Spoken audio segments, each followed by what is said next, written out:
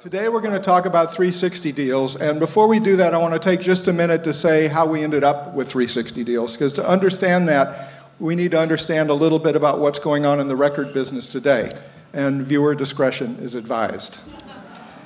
CD sales have declined radically, which is not news to anybody here, I'm sure, but a few years ago you could expect to be number one if you sold, say, 600,000 to 1.2 million CDs in the first week.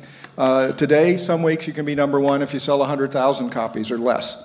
In the industry's peak in the year 2000, there were 942 million CDs shipped worldwide. In 2007, there were 511 million. Now, the digital has offset this somewhat. If you look at the value of the shipments in 2000, it was 14 billion, and if you look at it in 2007, it was 10 billion. But as you can see, whatever it's offsetting, it is still a radical erosion. And over the last recent periods of time, digital sales are starting to flatten because they haven't come up with a model that's really taken off and caught consumers. The streaming business is showing some promise, but the numbers are not yet significant. And evidence of the slipping CD sales was that in April of this year, iTunes passed Walmart as the #1 retailer in America. Since its inception, iTunes has sold over 5 billion downloads.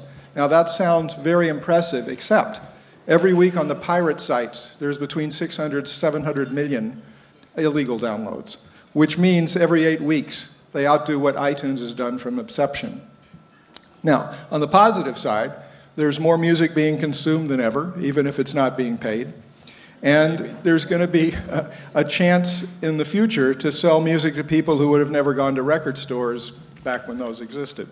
Old people. So, given this environment, record companies came to a conclusion, which basically, however they decided to sugarcoat it, was we cannot make money as a record company anymore. They take the position they're the engine driving the train. They're the ones spending money to make an artist a star.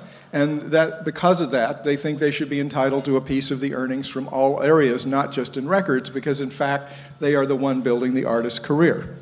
When the 360 deals started originally, they were more like 90 or 180 or 240 deals that they would grab one or two other income streams, whatever they could get. They've now trimmed to what's called 360, meaning they try to take a piece of all of the artist's income.